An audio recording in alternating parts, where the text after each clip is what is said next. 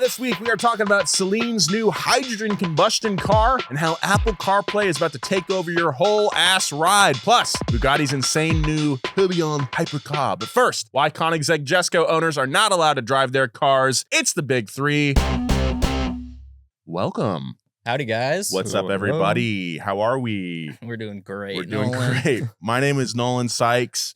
Joining me today is Max Maddox, who I think has been on the most episodes of the show now. Might be. Yeah, and Felipe Armenta. Hello, guys. Hello. Thank you for having me again. Yeah, you're welcome. Dude, so to have this combo today. Did everybody a have lot a of restful luxury weekend? cars. Yeah. Do you any car stuff? No, I was going to go drive, Mhm. turn my car on, and I got a misfire on all 4 cylinders. Damn. This is the In the S2000? It's on the S2000, but I'm pretty sure it's the battery. The batteries has been Mm, a little hairy. yeah, So all 4 is Yeah. pretty crazy. Yeah, car stuff. No, I was sick last week. That's why I'm back this week. I had the COVID. I thought I got it in Las Vegas, which would make sense. Yeah. But I think there was a patient zero that I must have ran into because some other people are sick that I did not interact with. So Yeah, we've got a little super spreader thing going on at the office right now. It's crazy that it's still happening. I know that was the first time I got it too, Yeah. Really? which I felt pretty cool Huh. about. How was it? Yeah. Sucked. Yeah, Late okay. All right. Yeah. Wasn't great, huh? No, it was quick though, so I'm good. Max, car stuff this weekend? Yeah, You just got your Dude, I E30. just Big got my car stuff. freaking Oh my race God. car back. Yeah. So Tell James, us about this. yeah, so James gave me his old engine, the S52 that was in his E30 before we did the full Mhm. rebuild, and he got an S54 and everything. He gave me his engine. Mhm. And I got it installed by Castro Motorsports, the same shop that did his Mhm, car. And mhm. so for the last 6 or so weeks, it's been in the shop.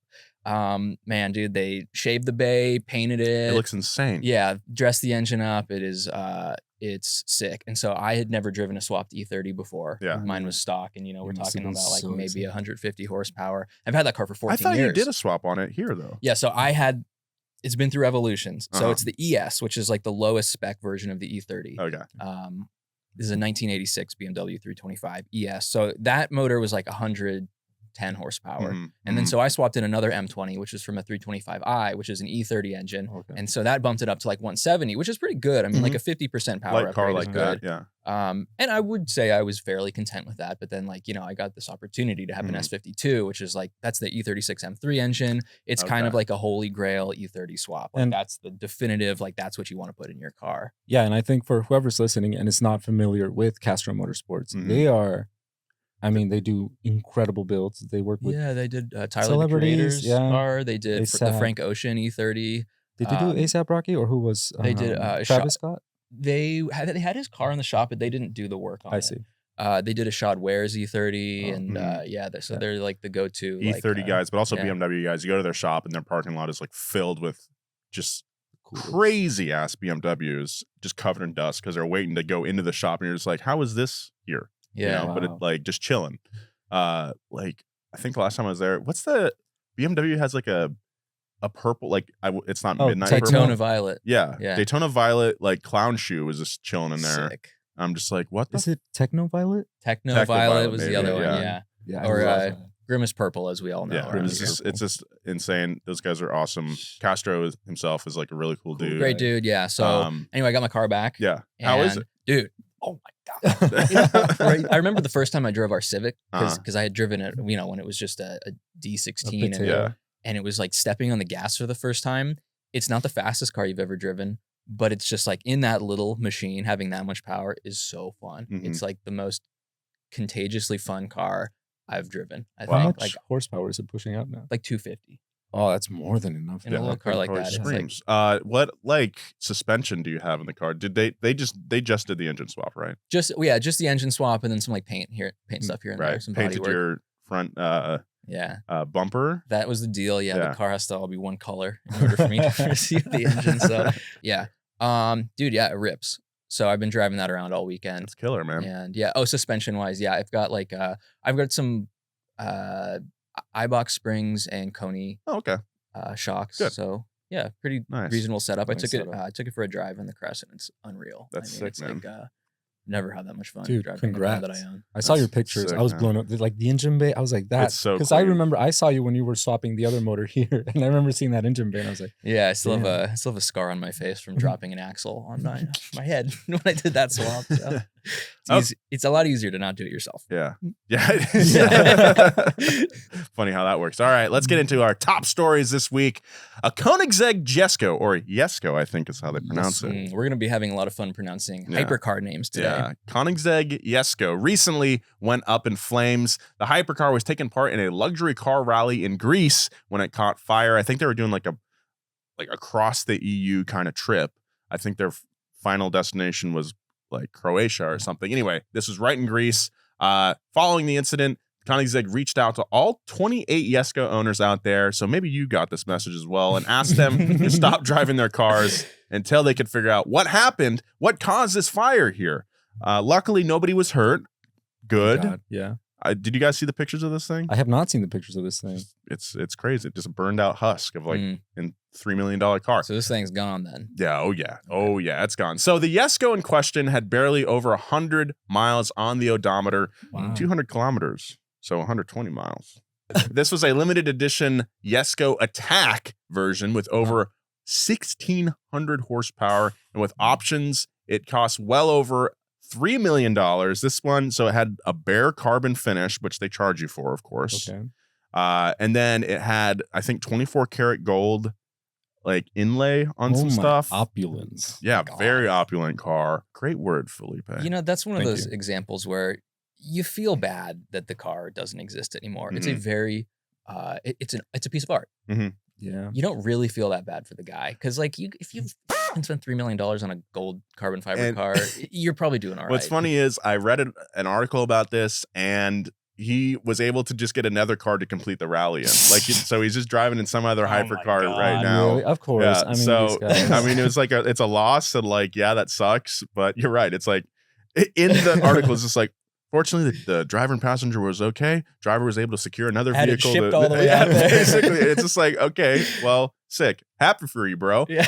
And to KOENIGSEGG's credit, though, they announced on Thursday that a pressurized hose containing hydraulic fluid was leaking, and that's what caused the fire.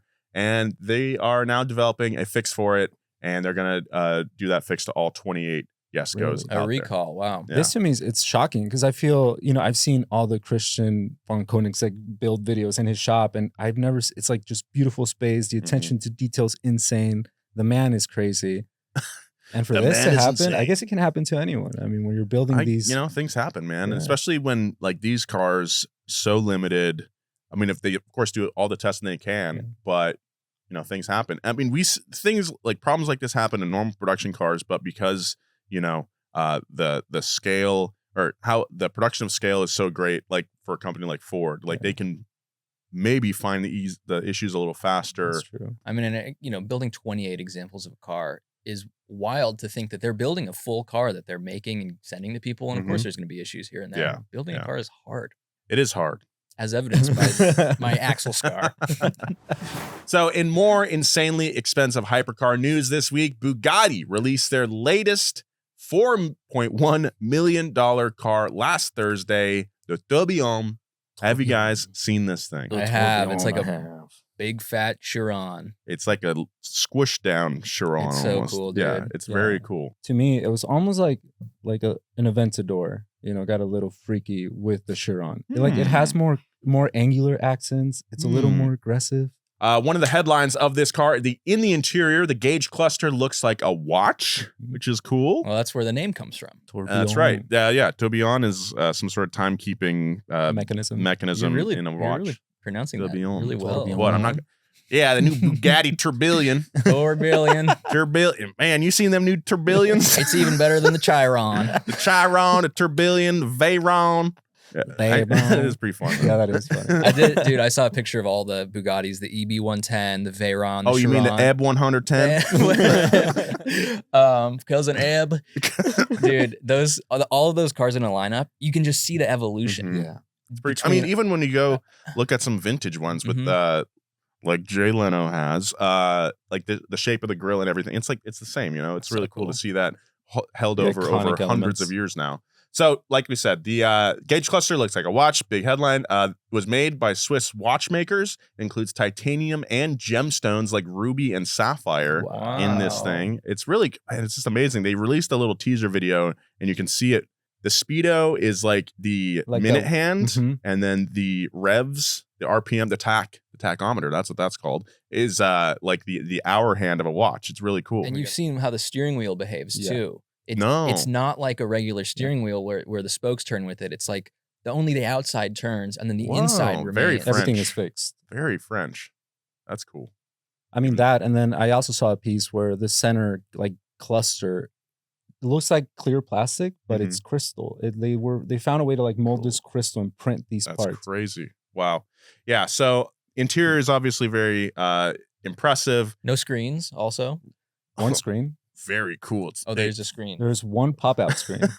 It comes out. It's like a little transformer thing. It goes, and then it's there. And like Mate gives a whole Rimac Mate, who now runs Bugatti. For whoever doesn't know. Yeah, apparently he didn't want screens in the car. During his interview, and I would suggest anyone's like I know hypercars are a little out there for most of us, but I think the story of how much he fought, because I guess originally Volkswagen was like, yeah, well, you can have the project, but just, rewrap one of your existing Rimacs. I don't know if they were like, if that was the mandate, but, when the news first came out that Rimacs would be merging almost, or that he would be going over to Bugatti, that seemed like the logical thing to do. I bet there's even audio of us on a previous podcast saying like, oh yeah, they'll probably just dress up a Nevera. But like, yeah, you listen to that interview. I think it's a Top Gear video that I watched. It is a Top Gear video. The Top Gear one's really good. Check that one out. But it really made me gain respect for him. And I think it would have been so easy for him to be like, oh great, we've been acquired or we've merged with Bugatti. Just give me that paycheck. Who cares? Do whatever you want.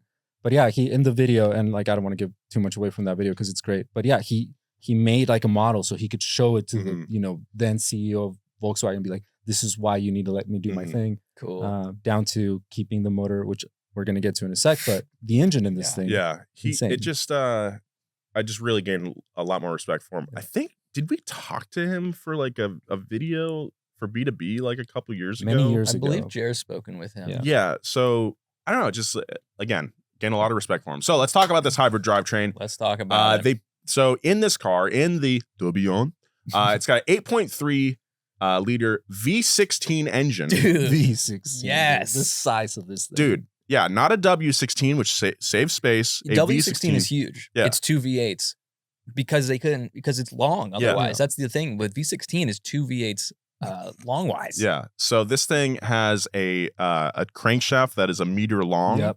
So about 3 feet. Yeah, like big time. It also has a hybrid system on board.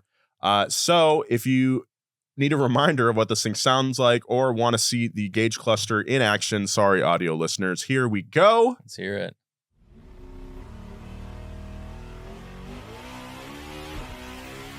Dude. Wow. Very high revving car.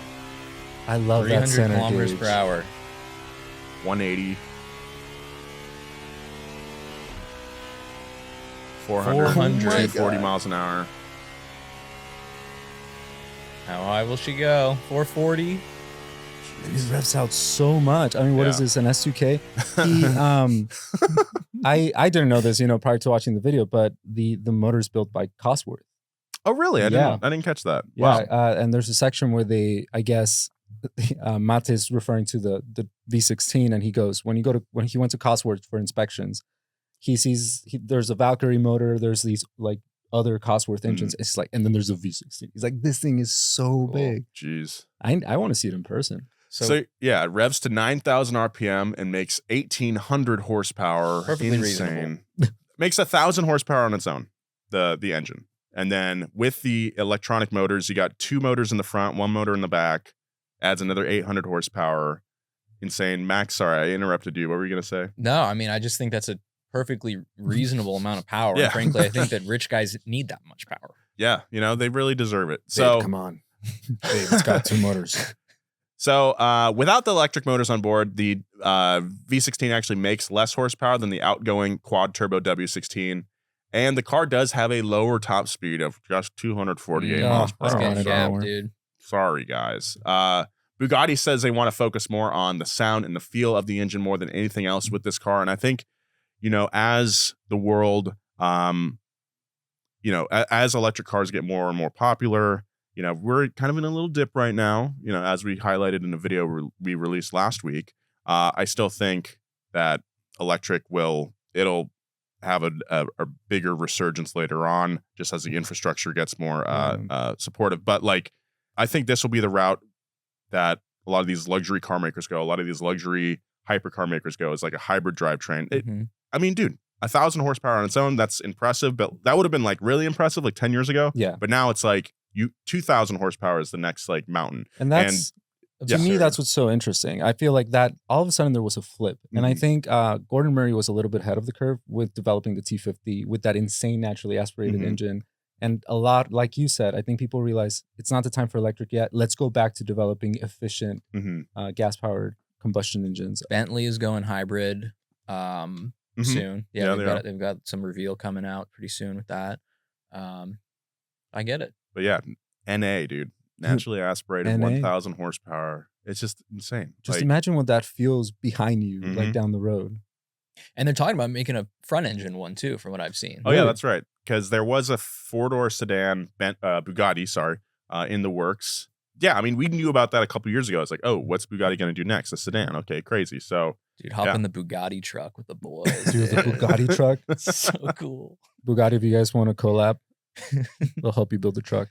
Yeah, I got some really geometric concepts I'd like to show you guys. I'm really inspired. Speaking of electric cars, our Chinese EV video dropped today. Yeah. And I just wanted to expand a little bit more on that. Yeah, absolutely. The Neo ES8. The chosen one. It was weird having a rep from the company. If you haven't seen the video yet by now, Neo wanted us to have a rep with us day of. Very strange. We don't usually do that, but that was the only way to get this car. In the future, we'll not accept those terms again from any manufacturer. But dude, it was a good car. And the way you described it to me was shockingly competent, which was a really surreal way to put it. I think something that I wish I had written into the script there was with Japanese companies in the 70s and Korean cars in the 90s, what they were offering was one, very affordable cars, and two, very efficient cars.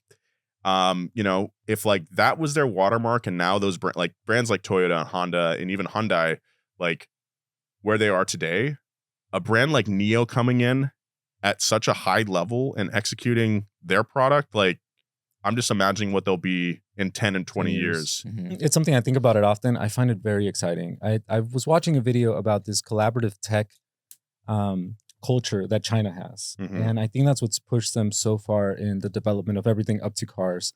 I think I came in over the weekend and those Neos were parked outside. I had to move them. I had to call Adam. He's like, dude, it's a little thing in there that moves and it says hi to you. And I was like, yeah, what? there's a literal embodiment of an AI that lives on the dashboard that looks at you and talks to you. And it doesn't really do that much. It didn't elevate my driving experience. It's a showpiece. It's a definite showpiece, but it got me thinking, why hasn't this been tried before?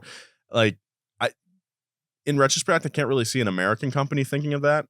The Brotherhood adding one of those on the oh god. But dude, again, we didn't get into this in the video, but something I learned is that Jimmy brought in with him a little hat from a Woody doll, a Toy Story Woody, and he put it on the Nomi, and it was looking around, and it had the cowboy hat on, and I was like, so cute. It's so funny. And it turns out Neo has storefronts where you can go and buy hats for your little AI thing. And I was thinking, dude, a company needs to do that. Literally Detroit, steal that idea, but add even more integrations with the hat. So think of remember Skylanders, Spyro Skylanders, or Amiibos, dude, where you can put your little thing on the platform and it changes the theme of the console and stuff. Imagine that you buy different hats, put it on your AI thing or the avatar or whatever, and it changes the theme of your car. Your dashboard. That'd be sick as hell. This is what we're talking about, Detroit. Step it up. What are you doing? Still got some kinks to work out or whatever, and it didn't add anything to the drive. That being said, the drive itself, I borrowed the ES5, the sedan. I had that for like a day or two, just to get back home and whatever. And it was like a good car, car. To your point, what's exciting for me, I think this one's more of an accessory, much like Tesla's. I think it's a car that you buy, and it's not necessarily like the sports car. Mm-hmm. But then over the weekend, I was watching Fast and Furious Tokyo Drift because my girlfriend had never seen it. Whoa. And I was like, that's unbelievable. And that line of like red flag, dude. yeah, your Uber's outside. But to me, it was like that line where he goes, yeah, what you think? I'm gonna let you roll in a Hyundai. And now you look at Hyundai and they have the DK himself doing promos for them. And they have, I don't know how many engineers from, the M division over at BMW. So I'm like, that's right. N was formed by the M guys. So I'm like, who would have ever thought Hyundai would be, leading the World Rally Championship? It's crazy. So I don't know, just to put a pin in there, not put a pin in it, just to end the Neo thing. It's just like, I've already read in the comments, a lot of people are kind of just like discounting it, even saying like, oh, Neo must have paid for this. You're wrong. The car is good. Like, please heed my warning. It's like the cars are good, and Detroit and, some of the Japanese manufacturers too. Like, we need to have a cheaper option for people. People's money only goes so far. And if our traditional automakers are not willing to accommodate that, someone else is going to, and going to eat your lunch. So please listen to me. That's my request. That's my humble request. It's like, yeah, it's a Chinese car. Yeah, that's scary. Yeah, that's like, you want to dismiss it, but I think that's foolish. I think we've done videos on Chinese products in the past. Like years ago, we did a wheelhouse on knockoff parts, and talked to people like BUGATTI'S who, small American manufacturers will have their ideas stolen and reproduced at a really small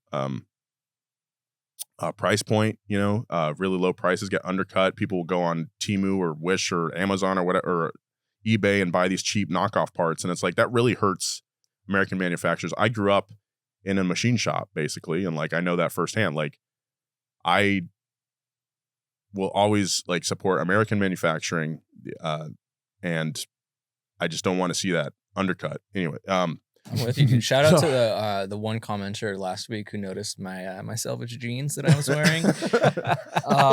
They are American made. It's from a mill in Louisiana. Okay. The only American mill currently making raw salvage jeans. Nice. Putting those in the freezer to clean them. We're gonna do a 30-day cycle without washing, and then I'll do a soak. Nice. Okay, let's get that soak. So moving on. What do you guys think when you hear the word Saleen? The Titanic.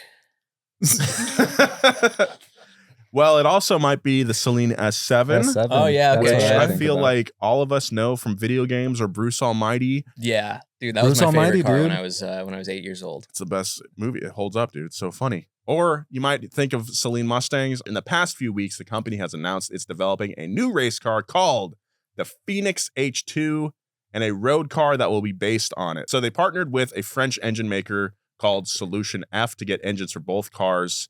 The FOENIX H2 is the race car that this company took to Le Mans this year. Okay. I don't know if they competed in the full race. But anyway, this is a French car. They're working with a French company. So this car has a supercharged V8 making 612 horsepower. Both cars will be able to run on hydrogen, and owner Steve Saleen says they'll have demonstrators ready by the end of the year. This is really exciting stuff. So this is actual hydrogen combustion, not like Yes. what the Mirai was, where it was a hydrogen fuel cell. Exactly. That's still a big swing. Yeah, it is. It's a big swing for a smaller manufacturer. So a hydrogen fuel cell vehicle like the Mirai, like we recently drove, converts hydrogen into electricity, whereas a hydrogen combustion engine, as the name suggests, operates almost like a conventional fuel, like a gas engine. So this means low to no emissions without going the full EV route. That's great. It's similar to the technology that we already love. It's an engine. It has it's pretty freaking similar component wise, and it still has the sounds and feeling of an internal combustion engine because it is an internal combustion engine. Here is Toyota's hydrogen combustion engine in their race car that they took out to the track, I think earlier this year or late last year. And as you'll see, it sounds pretty freaking normal. Let's have a listen. Pretty freaking normal. So it's just chilling in the pits right now.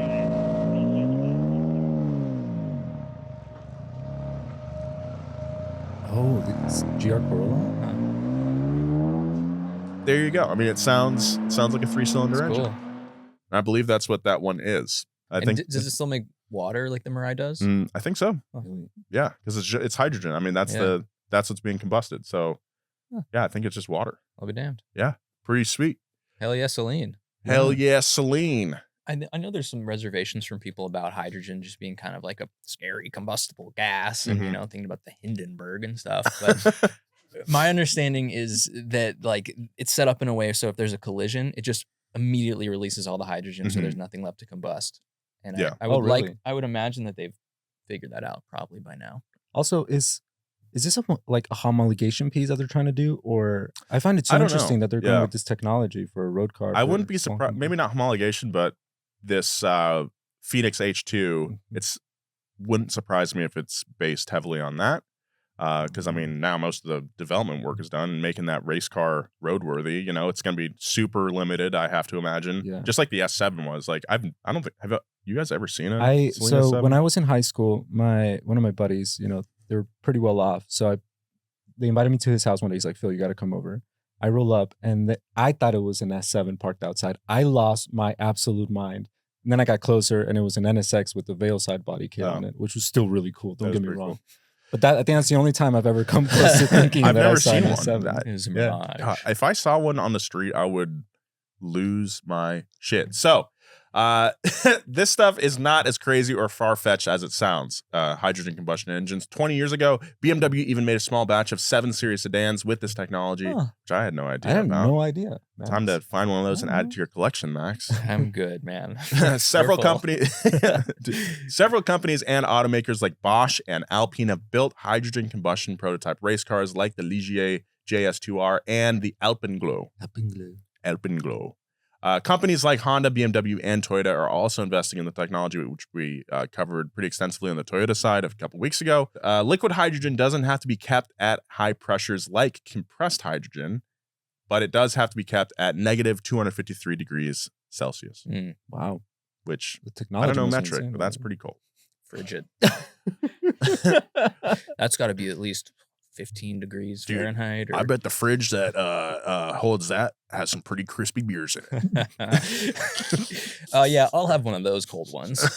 That's colder than that's almost as cold as the fridge in my grandpa's garage. Next to his EB10. EB110, baby.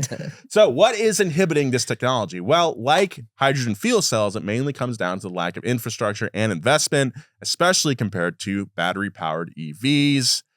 But, guys, that's not all we have for car tech news this week. Give it to me. It's time to go to the CarPlay corner. So, Apple CarPlay is about to take over your whole ass car. How's that sound? Terrifying. Skynet, anyone? JobsNet. JobsNet. They're always just trying to get their fingers all over my ass car, dude. After teasing the next-gen version of the software for nearly 2 years, it's almost here, guys. The changes are pretty big, as it's going from a simple mirror from your phone to an interface that can take over nearly every screen in your car. And today, that can basically mean your entire dashboard. I love CarPlay. I can't lie. Same. I upgraded the head unit in my Mustang from like an old I forget what brand it was, to a Sony unit with CarPlay, and it does so much to help modernize your car from like a UI perspective, but also like a functionality perspective as well. And it feels safer. Don't get me wrong. I think like whenever, because my cars don't have, I don't have a double DIN setup. I love a single DIN. I don't know why. So I usually use my phone. But yeah, it's really nice. You can just tap on the maps, music, and it works so well compared to like anything else out there. But like I said, like that's yours usually just like just limited to your head unit or just like the main touchscreen display in the center console. But now, I mean, we got some photos right here. So whole thing from whole thing, steering wheel all the way over to the all glove over. box. I don't know. I mean, Do we I don't need know that? either, man. I don't know either. There are some things that I don't like about CarPlay as it is right now. Like, one, why are you making the clock so small? I gotta know what time it is. That's your qualm. That's my qualm. Yeah, the little clock is tiny. Like That's distracted driving. I'm having to spend a lot of time. I got bad eyesight. Nolan Phil, needs we a both big wear glasses. analog We all wear We glasses here. Glasses. That is true. I opted not to wear mine today. Yeah, you betrayed me. No. But I don't know. So that gives me pause. It's like, okay, what is Apple going to do with a dash now where it's like, oh, we need it to be techie and not like car focused. Well, that's I what need that's to what be gives me playing pause. Temple Run while I'm driving. 'cause I get Yeah, it has a distracted Temple Run. personally. It's got a TikTok feed going in your center console. like viral rug cleaning videos. Yeah. A guy using a weed whacker edging. A Yeah, guy using, dude. Edging know, while I'm edging. driving, man. That's, At least for me, it's like it's one more thing that's going to be integrated into the car that can. well, that can in the future. I mean, dude, phones that you bought 10 years ago, useless, right? Yeah. Like, so what's that mean? If the CarPlay, say a manufacturer decides to forego designing their own dash altogether and just relies on Apple to create the dashboard and the UI and everything like that, and you know, we know that cars are, it's very common for things to be done remote, like remote updates. I don't know. I'm just a little skeptical. well, you it's know? like you go in an old car from 15 years ago and it's perfectly nice, but then you just notice there's an original iPod cable Mhm. Yeah. in the dash. And it's like, it ages it. Yes. Yeah, exactly. I mean, phone technology, I mean, any technology just is advancing so fast these days. That being said, And what about? I don't know. I know because this happened I might recently, be right? fear mongering a little bit. I think Elon Musk said that he was not going to work with Apple if they were to integrate at such a deep level because of the AI situation, whatever. Yeah. I wonder what then we're just going to have cars that I guess don't have CarPlay at all if this is the thing, maybe. Maybe. Again, though, everybody, like, so many people have iPhones. It makes sense. I just don't know how I feel about a company that maybe thinks they know better than the manufacturers when it comes to this, like, UI stuff. Like, obviously. Because this is no, like, you know, I guess different angle, but you look at Bose or Fender, people who have, they essentially taken over the Mhm. high-end audio, whatever, in the car industry. This is, I guess, somewhat analogous, but it's just, I think it's way more intertwined. It probably is. Probably a lot more collaborative. You know, famously, the Nissan GTR worked with Polyphony Digital Yeah. to design the gauges on that. So if it's more of like that situation where you have your OEM manufacturers working with Apple on like a case-by-case basis for these cars, and the OEMs are like, okay, hey, we need to have this stuff, but you guys can help make it pretty and make it modern. Like, I guess that works a lot better for me. I mean, that is cool because, you know, you hop in like a new Porsche and it's cool when everything's thought out and then you have like your music in one of the gauge Mhm. pods. And I'm like, yeah, if Apple can bring that type of UI practicality to cars, that's cool. Mhm. I don't Well, know. I don't have to worry about that because I use Android Auto. And on that note, So far, only Porsche and Aston Martin have confirmed that they'll use this system, but car makers might not have a choice. A recent consumer study shows that a car without CarPlay or Android Auto, Max, is a deal breaker for 1/3 of buyers. Wow. 1/3 of buyers, I Yeah. believe that. That'd I be believe more. that as well. If I was going to buy a new car, I mean, I need AC in the seats. I need Mm-hmm. it to massage me, and I would like to have my phone connected. No, Massage is a deal breaker for massage, you, huh? really? If a new car, Yeah. yes, Dang. Okay. absolutely. Hmm. If I was shelling out, $59,000 for a car, yeah, I Wow. want a back rub. Wow. I I guess. mean, the ventilated seats, sweaty guy. I gotta have them. Ventilated seats, also heated steering wheel, underrated. Really? That during Even in okay, California? when we had that red eye, driving at night Mm. with all the windows down. I know I love this red eye. Dodge, send us another one. But driving at night with the heated seats and the heated steering wheel in the cold, Mhm. great feeling. Pretty good. Yeah. I mean, CarPlay, I think it's a good product now. I just am a little hesitant. I don't know. Yeah. I don't know. My car, I'm not going to buy a new car for a while. The Dodge, the Ram, with no CarPlay at all to speak of. Mm. The most basic head unit I've ever seen Real in a truck car. guy. It feels good. Feels nice. Feels analog. The only gonna go- music I need to listen to is this load I'm hauling. Anyway, yeah. We'll see. So before we go, we just wanted to wish John Force a speedy recovery. For those of you who don't know, The 75-year-old drag racing legend had a pretty big crash after his engine blew at the NHRA Virginia Nationals on Sunday. Pretty nasty wreck. Wow, Hit man. both sides of the track. But you know, in the clip, he got out of the car himself. He was trying to get up out of the stretcher. What a legend. Yeah, dude. Crazy. I mean, 75 it's crazy, years man. old and still doing it. Yeah, That is I know. And nuts. guess what? He's second in the standings right now in the Wow. funny car category. So, Dude, and funny cars? Yeah. Funny cars? Come those are the on. nastiest drag cars on the planet. Unforgiving. Like Um, 10,000 horsepower or more. Yeah, maybe? I mean, for the pros, yeah, they're running like 10,000 horsepower. The wheelbase is like from where I'm sitting to the camera right there, like 10 feet. It's crazy. They're Wow. just like stubby. Rattle to the moon, probably. Oh, Just- Yeah, they're man. just insane. They're crazy. So, and I mean, John Force, man, like He had a drag nice- racing isn't exactly like the most popular motorsport out there, but he's definitely like one of the greats of American motorsport. Yeah, I mean, for I've sure. heard of him and I don't follow drag. You know, it's Same. like he's. I mean, he's that in guy. terms of driving, he's a goat. In terms of personality and just like icon of the sport, he's a goat. And just like his legacy is gonna be crazy. Yeah. And Get better yeah, soon. yeah, get better soon, John Force. Also, I want to just give some condolences to the family and friends of Joe Elmore, one of the hosts of Spike's Power Block TV. He passed away Oh. last week. I believe he was 80 years old. And I don't know if you guys watched a lot of Power Block growing up, Yes. but yeah, I mean, one of the reasons I wanted to get into automotive entertainment, and he will be missed. So thank you again so much for listening to the show. Thank you guys for being here. Thank you. You can follow Max at Max Maddox. You can maybe see his sick new E30. And you can follow Phil at, which one are you using? At Phil Armenta. Yeah, Phil yeah, Armenta. I Okay. haven't posted in a while, but I'll get back on it. Yeah, you got to do it. And follow me at Nolan J. Sykes if you'd like. Again, big thanks to the crew behind the camera. We got Gavin Kinzel, Audrey Holden, Mark Schroeder, and Nick Giamuso, as always. Also, Edgar. He gets a shout out because he helped set up, right? Edgar Gajeda. This is All a right. team. Yeah. And by this time next week, Joe will have a baby. What? Oh yeah, if you guys were wondering why Joe is not here, what did you call it earlier? Baby jail? He's in baby jail. Joe is in baby He's, jail. he's on call. That's He's on crazy. call, yeah, any day now. Wow, man. Wow. That's wild. Wow. Good luck, Joe. Good luck, Wow. Wow. Goodbye.